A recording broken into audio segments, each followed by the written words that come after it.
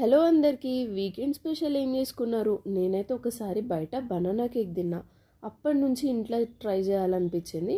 ఇక పండిపోయిన బనానాస్ కూడా ఉండే, ఎగ్ లేకుండా స్టవ్ పైన ఇట్లా చేసుకోవాలి ఎపిసోడ్ చూడండి. ఫస్ట్ ఒక మిక్సింగ్ జార్లో పండిపోయిన బనానా, షుగర్, మెల్టెడ్ బటర్ తీసుకొని అది పేస్ట్ చేసి పక్కన పెట్టుకోండి. ఇప్పుడు ఒక బౌల్లో 1.5 కప్ మైదా పిండి, లేదు మాకొద్దు అనుకుంటే గోధుమ పిండి కూడా యాడ్ చేసుకోవచ్చు.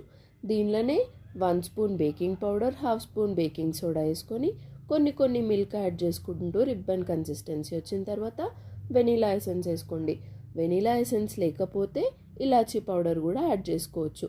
ఇక నాకు బనానా కేక్తో పాటు కొంచెం చాక్లెట్ మిక్స్ కూడా ఉంటే బాగుంటుంది అనిపించి అదే బ్యాటర్లో కొంచెం కోకో పౌడర్ వేసి దానిలో కూడా మిల్క్ వేసి మిక్స్ చేసి ఇప్పుడు కేక్ టిన్కి ఆయిల్ అప్లై చేసుకొని ఇట్లా పౌడర్ అప్లై చేసుకోవడం వల్ల కేక్ ఈజీగా వచ్చేస్తుంది.